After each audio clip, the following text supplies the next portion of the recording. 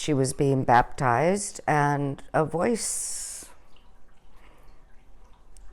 came to me, and it was the same voice I had heard in the accident, and said, if you do the right thing by your daughter, you will know her in your lifetime.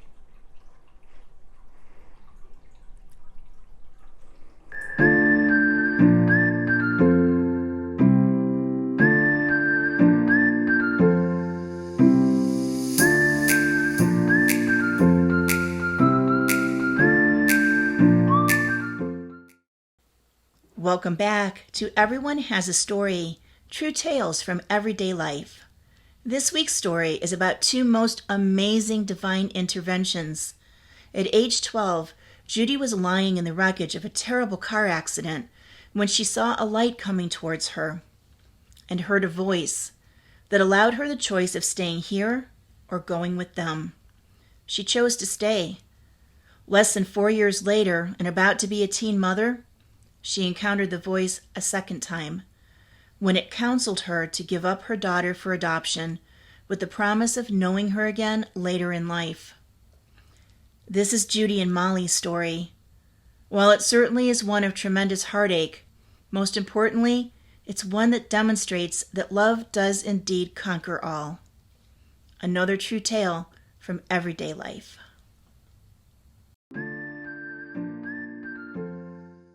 I was born in Oakland, California. We didn't live in Oakland, we lived in San Lorenzo. I had a very good childhood. I was the fifth of 6 children. But the one thing that I loved about my family is we went on vacations every single year. We had a 1952 Ford station wagon, baby blue. And the kids would pile in the back seat, and then we'd all have our blankets and pillows in the back of the station wagon. And we would lie in the back and look at the stars driving at night. And we all just got along. It was a wonderful childhood.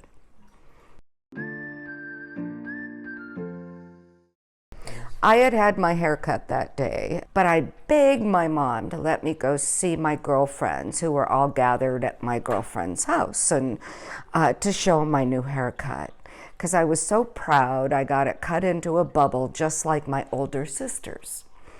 So she said, okay, we'll drive you over there, we'll pick you up in 2 hours. So all the other girls were spending the night and I was not allowed to. So I said, well, Mom, you don't have to come get me. My girlfriend Ellen's older sister will drive me home in her father's brand new Buick. As we turned the corner and came down the hill, the brakes didn't work in the car. And at the bottom of the hill, you either turned right or there was a big ravine, about as deep as a 5-6 story building. And the brakes didn't work. We were all 3 in the front seat, and she tried to make the turn anyway, and she wasn't speeding, she was very careful, and we hit the embankment and went over the cliff. And this was my experience with my first divine intervention, which I take extremely seriously. We all ended up kind of in the trunk with the back of the back seat across our torsos. I was the first one to come to, and I had, well, we've had all kinds of injuries, of course, but I remember this light coming towards me, and I thought, oh goodness, what's that, and I was asked a question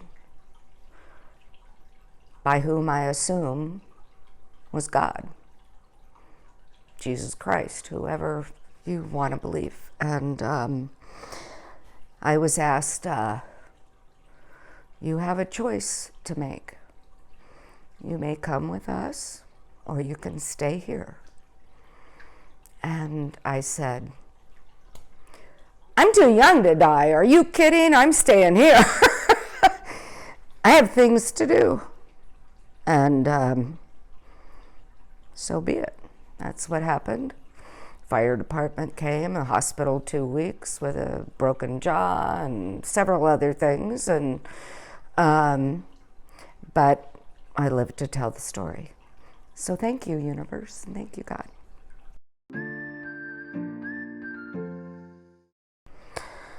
After the accident, I kind of felt like I'm not wasting time here because you just never know. And so I put it full throttle, pedal to the metal, so to speak, and started becoming a bit incorrigible and rebellious and that sort of thing. I had a friend who was a very close friend, and his older brother became kind of infatuated with me, as I him. And he was going to junior college at the time, and I obviously was in high school at the time. And he said to me, well, the girls at college do this, and if you want to be my girlfriend, you need to too. And I said, okay. We had intercourse one time, and I got pregnant. My mother knew before I did that I was pregnant. I kept throwing up every morning. God, Mom, I feel sick, da-da-da-da. Yeah, we're going to the doctor. And yes, I was pregnant, and she was due on my 16th birthday, October 1st. It was very interesting, and I was hell-bent on keeping my child. She was the sweetest, most beautiful thing I had ever seen. And I was at the home for unwed mothers. I had her in my room. I fed her and we chatted. But since it was a Catholic home for unwed mothers, I decided that if I don't baptize her now, when I leave with her, I very well may not do that. So I scheduled a baptism. She was being baptized, and a voice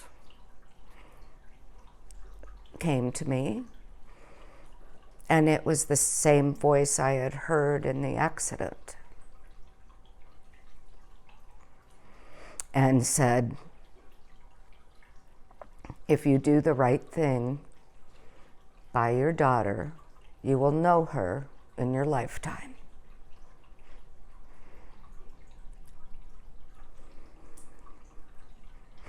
I remember going back to my room and thinking, what the hell just happened, you know? And I called my social worker and I told her what had happened. And she said she knew I was really upset, and she came right over, consoled me. We talked about the experience. And she said, you know, if you want to listen to what you feel was God and divine intervention, then I have a family waiting for a child here. They're from out of state, and they're waiting.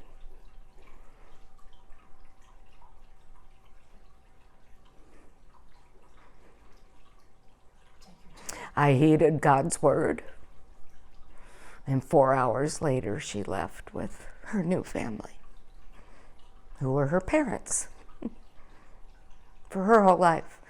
The funny thing is she was adopted into a family that already had 4 kids, and she was the 5th. They only had one natural child, and they adopted the rest. Her younger sister was 7 years younger when they adopted her than I was. And this all came to fruition after I met my daughter for the first time, which was another divine intervention, in my opinion.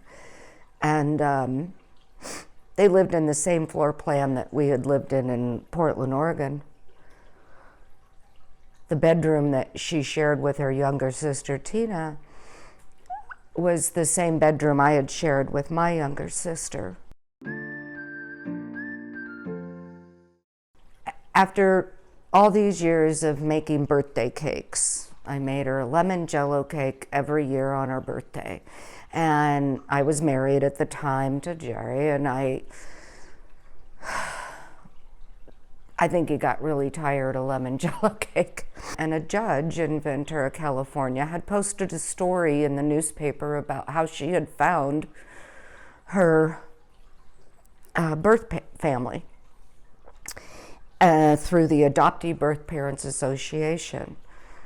And Jerry brought it to my attention, and I got in contact with him, and I went to meetings weekly or every other week for 2 years.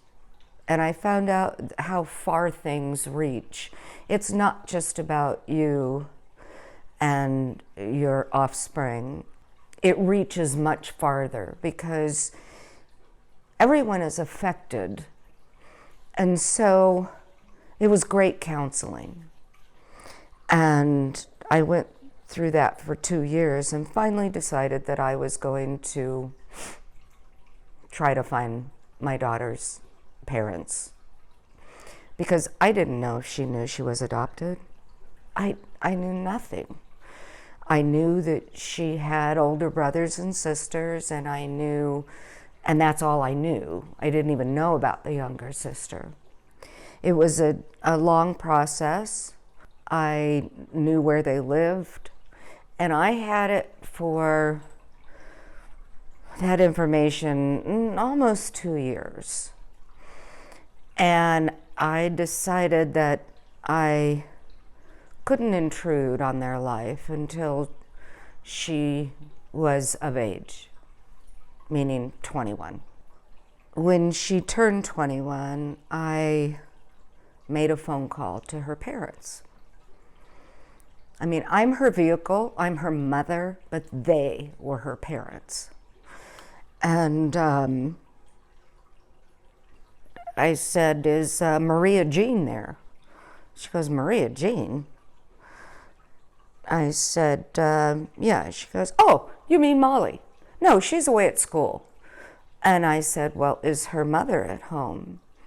And she goes, well, Mom's at church. She'll be home in a little while. Why don't you call back? I said, okay, thank you. Oh, Lordy, the palms sweating, but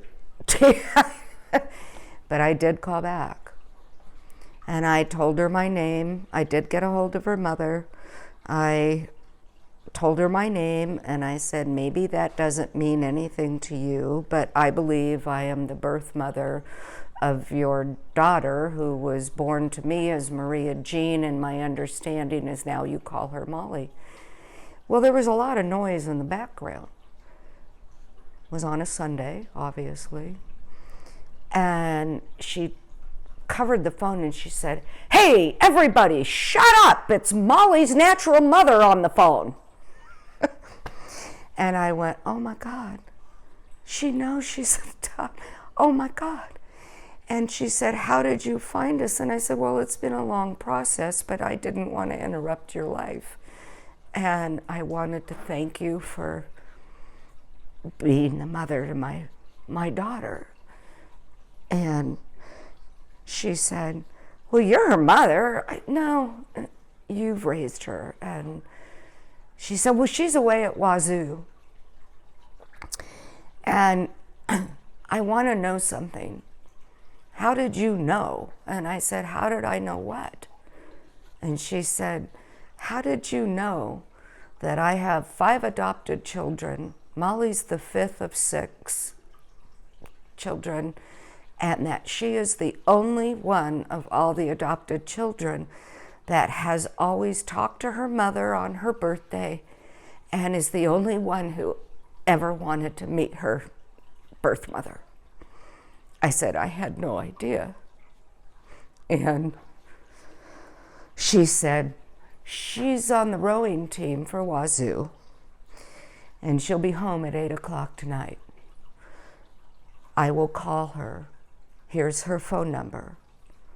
She'll want to talk to you.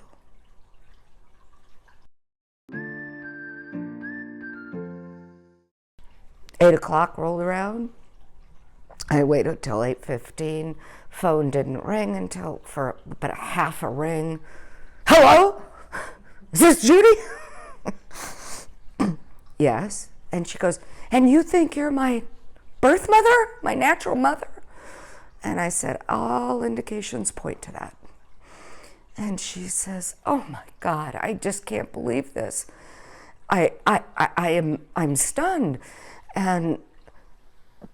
But how did you find me? And I said, well, that's a whole nother story for another time. And I said, I just wanted to make sure that the one thing that was nagging at me all these years is, are you happy?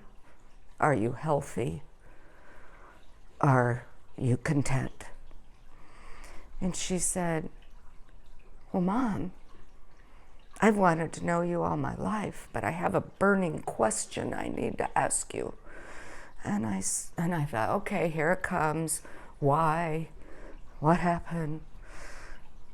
But her question was, do you have any boobs? I really need to know, because I'm graduating from college in another month, and I'm engaged to be married. And I want to make sure that I'm going to be able to nurse my children. And that was our first conversation, and everything went from there.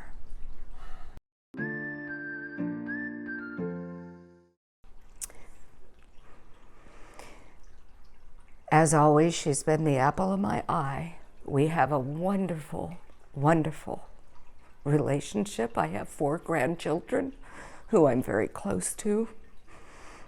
We're all very close. We love each other, share each other's stories, support each other in everything that they do.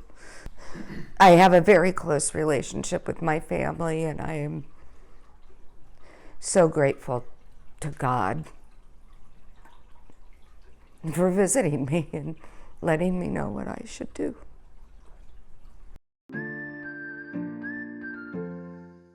In Arizona since 1988. I have owned my own company. I had 45 agents at one time. I sold it. I still practice real estate today with my partner Della, basically because I love people and I love helping them. It's not always easy, but that's why we do it.